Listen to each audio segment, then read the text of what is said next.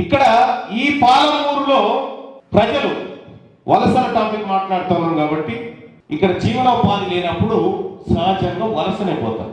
పాలమూరు ప్రజలేమో పాలమూరు నుంచి బొంబాయి బస్ ఎక్కి బొంబాయికి పోతారు, లేదంటే హైదరాబాద్ బస్ ఎక్కిపోతారు, లేదంటే సూరత్ ఇంకెక్కడైనా పోతారు.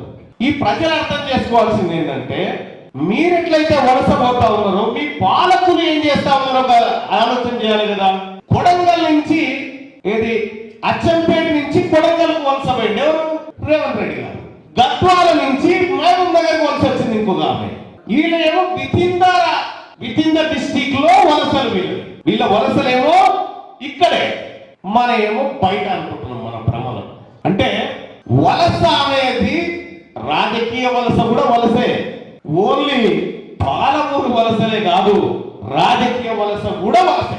మన ప్రజలు ముంబై బస్ ఎందుకు ఎక్కుతా ఉన్నారు? వీళ్ళు విత్ ఇన్ డిస్ట్రిక్ట్ లో ఎందుకు కార్లు జీపులు మారుతా ఉన్నారు ఆలోచన చేయాలి. వీళ్ళు ఈ పాలమూరు జిల్లా వెనకబడిన జిల్లాగా ముద్రించకపోతే, ఈ పాలమూరు జిల్లా ప్రజలు లేబర్ ప్రజలుగా ముద్రించకపోతే ఈ నాయకులకు బతుకు తెరువు లేదుగా. కాబట్టి ఇలా వస్తుంది.